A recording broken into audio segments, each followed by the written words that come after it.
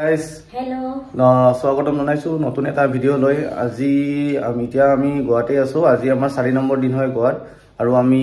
3 দিন নৰ্থ গুৱাহাট থাকিলো আৰু আজি আমি যাম সাউথ গুৱাহাট গুৱাহাটক দুটা ভাগত বিভক্ত কৰা হৈছে নৰ্থ গুৱা আৰু সাউথ গুৱা নৰ্থ গুৱাহাটত অকনমান হাল্লাটো অলপ বেছি হয় পাৰ্টি সাৰ্টি বিলাক চলে আৰু সাউথ গুৱাহাট অলপমান শান্তি জুনে মানে এইবিলাক পাৰ্টি সাৰ্টি ভাল নাপায় হতে সাউথ গুৱাহাট থাকি পেলাই ভাল পায় তাত পুৰা একদম শান্তিৰ পৰিৱেশ হয় এতিয়া আমি সাউথ গুৱা লৈ যাম সাউথ গুৱা নৰ্থ গুৱাৰ পৰা প্ৰায় 80 কিলোমিটাৰ মান দূৰত হয় মতে আমি 3 দিন ধৰি থাকিলো এতিয়া এটো ৰুমক বাই বাই কৰিব হৈ গল এতিয়া চেক আউটৰ টাইম চেক আউট হৈ গল এতিয়া যাব হৈ গল 3 দিন ধৰি এই ৰিজৰ্টখনতে আছিলো এতিয়া এই ৰিজৰ্টখনক বাই বাই কৰিব হল আৰু স্কুটিখন আছে ইখন এৰি দিয়া নাই 5 দিন আছো গুৱাত স্কুটিখন ৰাখিমে পুৰা 5 দিন ধৰক ৰাস্তা সাইডৰ ৰেষ্টুৰেন্ট এখনত ব্ৰেকফাষ্ট কৰি লও এয়া আমি লৈছো চলে বাটৰে দুকাপ কফি আৰু দজা আৰু এখন হোটেল লৈ ললো আমাৰ বস্তুখিনি ৰাখাৰ কাৰণে এতিয়া বস্তুখিনি থৈ পেলাই ডাইৰেক্ট সাউথ গুৱা যাম নৰ্থ গুৱাৰ প্ৰায়বোৰ জাগাতে এনেকুৱাকৈ ফ্লাইঅভাৰ বনোৱা আছে সেইবাবে ট্ৰেফিকটো বহুতেই কম ইয়াতে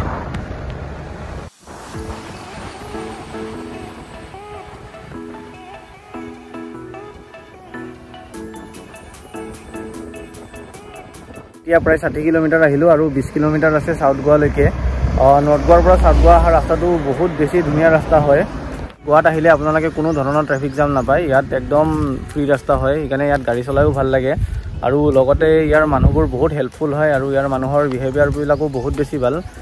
সেইকাৰণে চাগে ভাৰতবৰ্ষৰ সবতকৈ বেছি টুৰিষ্ট বা ফৰেনাৰ গুৱাহাটী আহে আপোনালোকে আজিলৈকে যদি গুৱাহাট অহা নাই তেতিয়াহ'লে এবাৰ হ'লেও গুৱাহাট ট্ৰিপ বনাওক গুৱাহাট প্লেন বনাওক গুৱাহাট আহক যদি বিয়া পাতিছে ৱাইফৰ লগত আহক আৰু যদি বিয়া পাতা নাই ফ্ৰেণ্ডছৰ লগত আহক ভাল পাব এয়া চাওক দুইফালে কি ধুনীয়া গছ গছনি আৰু মাজত ধুনীয়া ৰাস্তা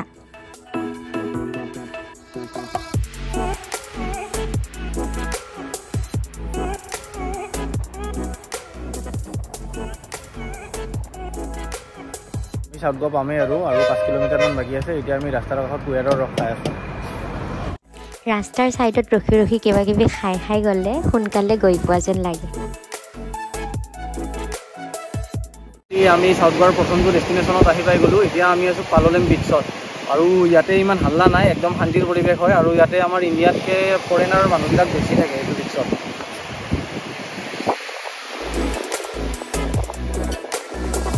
যোনফালে চাই অকল ফৰেনাৰে বেলেগ আমাৰ মানুহ নাই অকল ফৰেনাৰে ৰ'ব বেক কেমেৰাটো এবাৰ দেখা দিছোঁ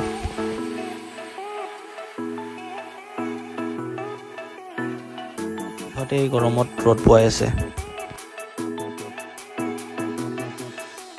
এইটো বিচৰ পৰা এই পালেলম বিচৰ পৰা 3টামান আইচলেণ্ডত আপোনাৰ বটেৰে লৈ যোৱা হয় এটা বাটাৰফ্লাই আইচলেণ্ড বুলি আছে আৰু হানিমুন বিচ বুলি এটা আছে এনেকৈ আমি যাম এতিয়া ইয়াৰে বটবোৰ চাওক বটৰ তলত এনেকৈ কাঠৰ টুকুৰা দি ৰোল কৰি নি বালিৰ পৰা পানীলৈকে লৈ যায়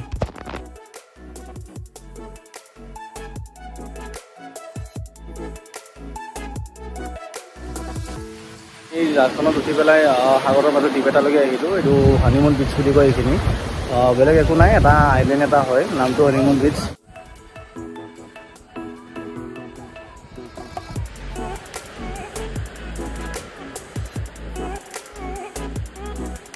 আমি বৰ্তমান হানিমুন বিচ বাটাৰফ্লাই বিচ আৰু কিবা টৰ্টয় আইচলেণ্ড নে কিবা এনেকুৱা এটাৰ পৰা ঘূৰি আহিলোঁ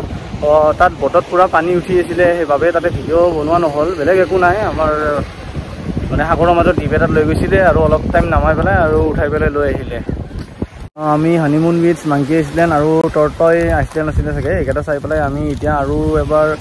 পালালেম বিচত আহি গ'লোঁ এতিয়া আমি ইয়াৰ পৰা ওলাই যাম আৰু মই আহি পেলাই অলপমান গাও ধুলোঁ আৰু এই সাগৰৰ পাৰতে থাকিল পানীত নানামিলে এতিয়া আমি ইয়াৰ পৰা ওলাই যাম ঠিক আছে আজিৰ ভিডিঅ'টো ইমানতে শেষ কৰিছোঁ লগ পাম এটা নতুন ভিডিঅ'ত আপোনালোকে চাই থাকিব তেতিয়ালৈকে বাই বাই